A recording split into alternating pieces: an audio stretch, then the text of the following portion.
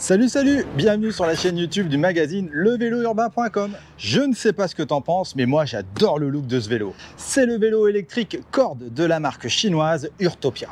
Son ambition, être au même niveau, si ce n'est mieux, que le Angel ou le Cowboy. C'est pourquoi je te propose de le découvrir avec moi tout au long de cette vidéo. Cette dernière est aujourd'hui la plus complète que tu trouveras sur ce vélo. Allez, fini les blablas, générique.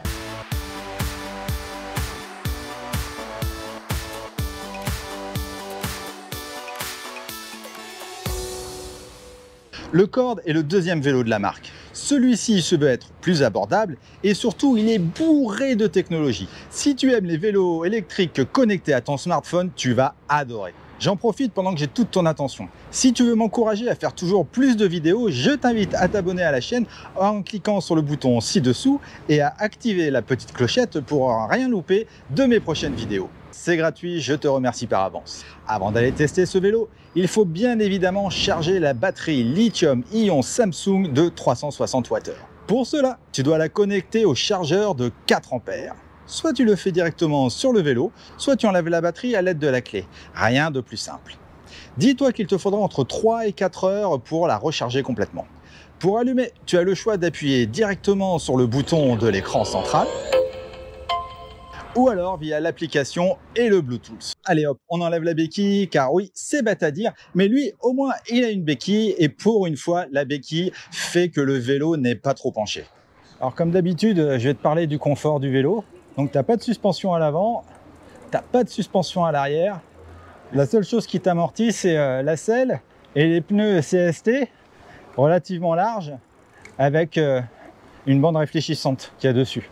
Alors parlons de la selle justement, qui est relativement spécifique, enfin surtout la tige de selle qui est spécifique. Elle est très bien imaginée comme tu peux le voir sur les images. Par contre niveau confort, franchement la selle ça passe pour les petits trajets, mais alors j'ai fait plus de 50 km avec et sincèrement vraiment j'ai vraiment mal au cul avec quoi. Elle est vraiment pas faite pour faire des longues distances. Alors niveau position de conduite, t'es un peu comme sur un vélo hollandais. Tu as une position bien droite, légèrement penchée vers l'avant. Et ça, c'est grâce aussi à la forme spécifique du guidon. Alors les poignées sont agréables aussi, hein, c'est du simili-cuir, je pense pas que ça soit vraiment du cuir. Alors c'est pas des poignées ergonomiques, mais franchement, ça fait carrément le job. Je suis agréablement surpris. Allez, c'est parti, on va faire le test des freins hydrauliques Tektro. Les disques de 160 mm. Voilà, on a des freins hydrauliques, hein. Donc, il n'y a rien à dire là-dessus, ça freine bien. Alors, on va faire le test de la descente des escaliers, hein, comme toujours. Alors, le vélo, il fait 21 kg. Là, j'ai pas mal d'escaliers à descendre. Au final, c'est pas trop mal. Je m'attendais à quelque chose d'un peu plus fastidieux, mais c'est pas mal. 21 kg, c'est quand même pas mal pour un vélo électrique. Allez, maintenant on va faire le test de montée. Le moteur fait 45 Nm de couple, 36 volts et 250 Wh. Allez, c'est parti. Mettant vitesse 3, 2, vitesse 2. Et je suis en mode 3, le mode boost. Franchement, je vois pas la différence. Bon, ça va, c'est pas fulgurant. Ça monte, ça fonctionne. Sachant que le moteur il se trouve au niveau du moyeu arrière, c'est donc pas un moteur central, donc c'est quand même un petit peu moins réactif.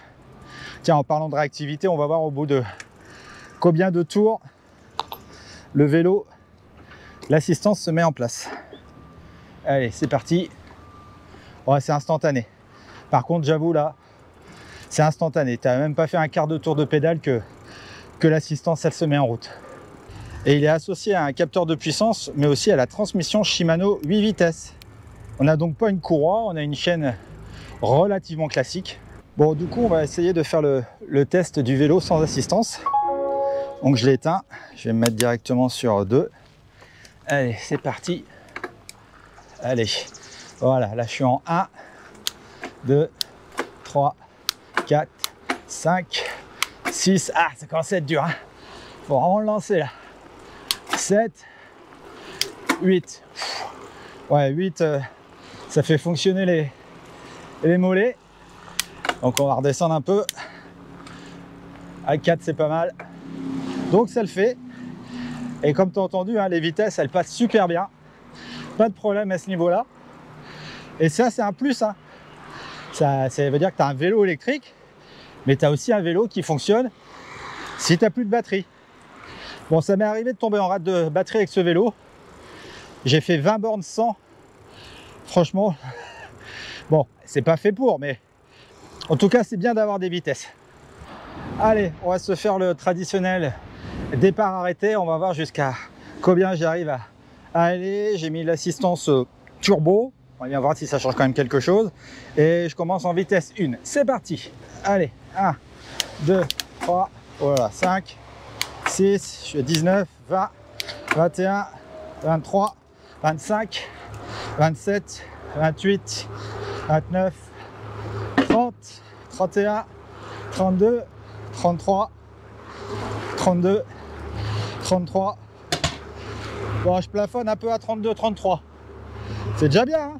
Il faut que je te parle de cet écran LED matriciel au centre du guidon. Bon, il permet d'allumer le vélo comme on l'a vu tout à l'heure. Il intègre un phare de 20 lux à l'avant que tu peux activer ou pas via l'application ou en appuyant 2 secondes sur le bouton gauche du contrôleur. Il a aussi la particularité de s'allumer dès que tu passes dans un tunnel et j'adore cette option, c'est comme sur les voitures. Du coup, je te parle aussi du phare arrière qui, attention, lui est en option à 129 €. Lui aussi, il est connecté à l'ensemble et il a ses propres spécificités. Et il possède des clignotants que tu actives en appuyant à droite ou à gauche du contrôleur et qui se projettent sur le sol. Bon, en toute franchise, il faut vraiment être dans le noir pour pouvoir les voir. Avec cette smart bar, tu peux déverrouiller le vélo via un capteur d'empreinte digitale. Il intègre aussi une balise GPS et un système de navigation. Tu as aussi un accéléromètre et un gyroscope qui envoie une alerte en cas de déplacement de ton vélo, mais pour cela, il faut avoir activé cette option sur ton smartphone. Cerise sur le gâteau, c'est aussi une enceinte Bluetooth pour écouter de la musique, car pour rappel, sur un vélo, en tout cas en France, tu ne peux pas écouter de la musique avec des écouteurs. Sur cet écran, tu peux lire ta vitesse, ta charge de la batterie, l'heure, la météo et ton mode d'assistance 1, 2, 3 ou boost. À chaque fois que tu changes le mode d'assistance, tu as une petite musique. J'ai testé tous les modes et en toute franchise, je ne vois pas trop la différence entre le mode 3 et le mode boost. C'est vraiment dommage, je ne sais pas pourquoi. Concernant la lisibilité, je ne suis pas fan du tout. C'est bien, c'est moderne, mais sincèrement, ce n'est vraiment pas simple à lire. Niveau autonomie, je reprends mon souffle. J'ai dû faire 45 km avec les 2 tiers de la batterie, ce qui est plutôt pas mal. Donc je pense qu'au final, tu dois pouvoir faire 60 bornes avec le vélo, sachant que j'ai roulé dans Paris, sur du plat, avec pas trop de côtes. Donc on est quand même loin des 100 km annoncés, sauf si tu pédales avec l'assistance 1, quoi. Le cadre en aluminium est vraiment particulier, c'est ce qui fait son charme. Il est recouvert d'une peinture écologique à l'eau et il possède 4 inserts pour y fixer des gourdes par exemple ou alors un antivol. Franchement, c'est cool d'avoir 2 positions pour y fixer quoi que ce soit parce que sur le dernier vélo que j'ai testé, justement, là, il y en avait 0. Le cadre est fabriqué d'une seule pièce et il n'a pas de soudure. C'est ce qui donne ce côté design au vélo. Toujours sur le cadre, la batterie est très bien intégrée. Elle se trouve sous la barre haute du cadre et c'est ce qui donne ce look touche de piano que recherche la marque Urtopia. Et enfin, il conviendra pour une personne entre 1,70 m et 1,95 m. Quelques caractéristiques supplémentaires. Le vélo est actuellement disponible en noir ou en blanc. Il existe en 2 modèles, le Cord tout court et le Cord X qui lui a un cadre ouvert. Tu as la possibilité d'acheter en option le porte-bagages avant et arrière qui coûtent respectivement entre 59 et 89 €. Tu peux aussi décorer ton vélo avec des stickers, mais là, pour le test, malheureusement, je ne les avais pas. Il dispose aussi d'une commande vocale en anglais, mais bon, c'est en anglais et franchement, il faut vouloir parler à son vélo. L'Urtopia Cord est vendu sur leur site au prix aujourd'hui de 2299 €. Alors, j'ai des bons pneus, donc il faut quand même essayer sur du tout chemin, sur du gravier. Bon, c'est pas un VTT, hein, surtout avec son look ultra urbain, ultra design. Mais quand même, vu qu'on a des gros pneus avec des jantes de 700, avec des roues de 700, on est censé pouvoir passer partout, et c'est vrai. Alors la caméra, ça bouge peut-être un petit peu, moi je bouge aussi un peu. Mais en tout cas, ça peut aussi servir si tu pars le week-end à la campagne et te balader sur du tout chemin. Mais bon, faut quand même pas faire du VTT avec. Mais ça fait le job. Je valide. Quelques mots rapides sur l'application que tu peux mettre à jour régulièrement. On l'a vu tout à l'heure, via le Bluetooth, tu peux l'allumer ou éteindre le vélo, le faire biper, allumer ou éteindre la lumière, choisir le son que tu veux pour les différentes actions, comme par exemple le son de la sonnette. Sincèrement, ces sons, ils sont drôles, mais alors ils sont complètement inefficaces quand tu as du monde devant toi sur une piste cyclable par exemple. Un vrai son de sonnette de vélo, ça fonctionnerait beaucoup mieux.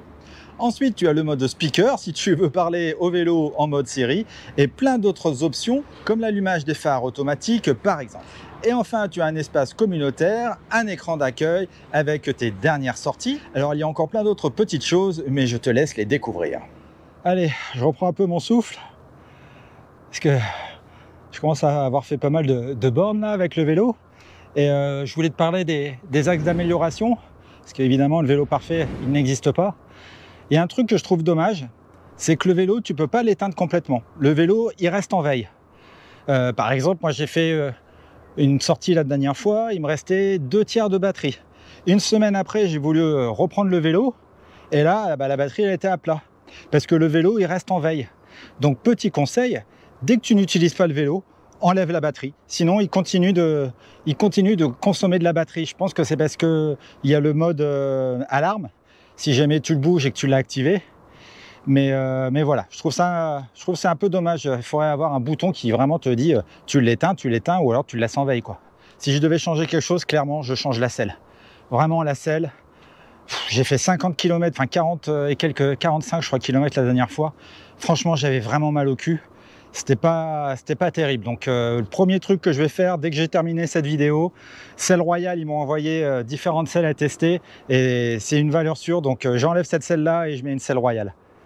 Et dernière petite chose, bah t'as vu hein, la sonnette, franchement, attends. Donc c'est rigolo 5 minutes, mais quand tu es sur une piste cyclable et que tu as des gens devant toi, sincèrement, ils se demandent de ce qui se passe. Limite, c'est le petit train touristique qui passe, quoi. Donc une vraie sonnette, ça serait vraiment un plus. Enfin, un vrai bruit de sonnette, de vélo. Et puis l'écran LED, alors c'est super, hein, les petits points, les machins, c'est design et autres. Mais sincèrement, je trouve que c'est pas précis. Ça vaut pas un vrai écran LED LCD. Donc voilà pour les axes d'amélioration. Allez, je suis sorti un peu de la ville, il y a un peu moins de bruit ici. Je vais en profiter pour faire la conclusion. Urtopia avec son cord, ils ont voulu faire un vélo urbain à la pointe de la technologie et franchement c'est réussi.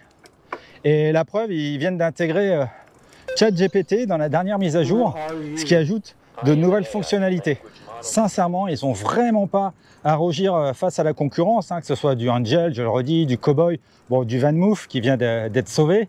En plus, le vélo, il est moins cher. Alors attention, il est moins cher sans les options. J'ai vraiment pris beaucoup de plaisir à rouler avec ce vélo. Bon, sauf la selle, quoi, je le redis. Voilà pour cette vidéo. Merci de l'avoir regardé jusqu'au bout. J'espère aussi qu'elle t'a été utile. Si jamais tu as des questions sur celui-ci, n'hésite pas à les poser dans les commentaires ci-dessous. Et quant à moi, je te dis à très vite pour de prochaines vidéos. Ciao, ciao.